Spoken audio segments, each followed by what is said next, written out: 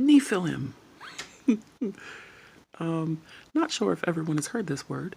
Not sure if everyone knows what it is, but it's a general term. I think it's Hebrew. Possibly ancient Greek? No.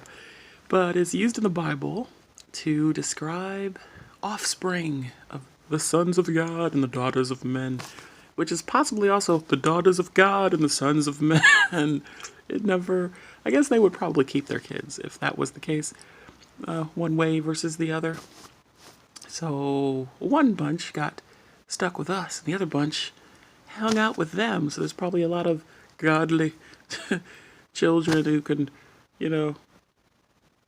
barely tie their shoes because they have some of our DNA.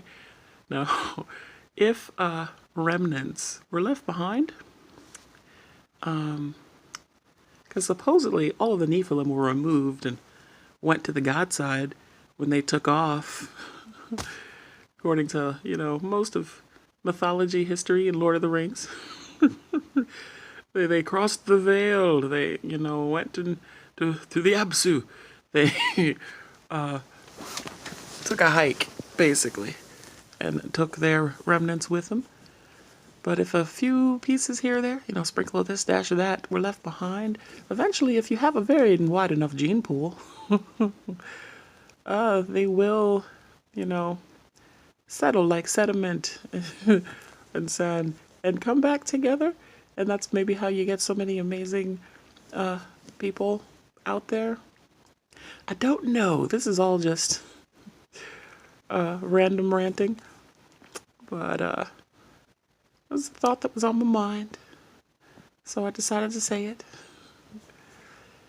I also explain all the excessively tall. Because there's a lot. Excessively tall, excessively short, excessively everything. Extreme featured people on the planet. And I'm still wondering how there's such a massive scale.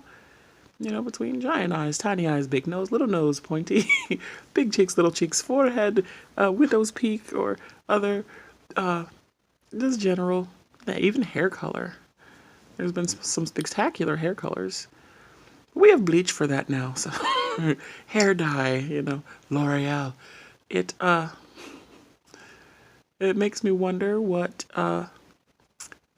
remnants that were removed possibly looked like. If they had like electric blue hair or something, that would be spectacular.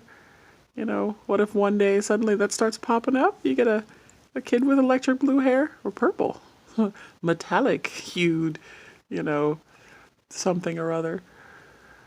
What if all the edible gold leaf that people like eating in their food eventually builds up in the human food chain system?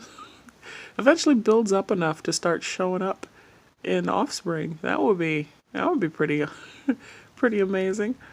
I don't know. Maybe this has gone on long enough. Talk to you later.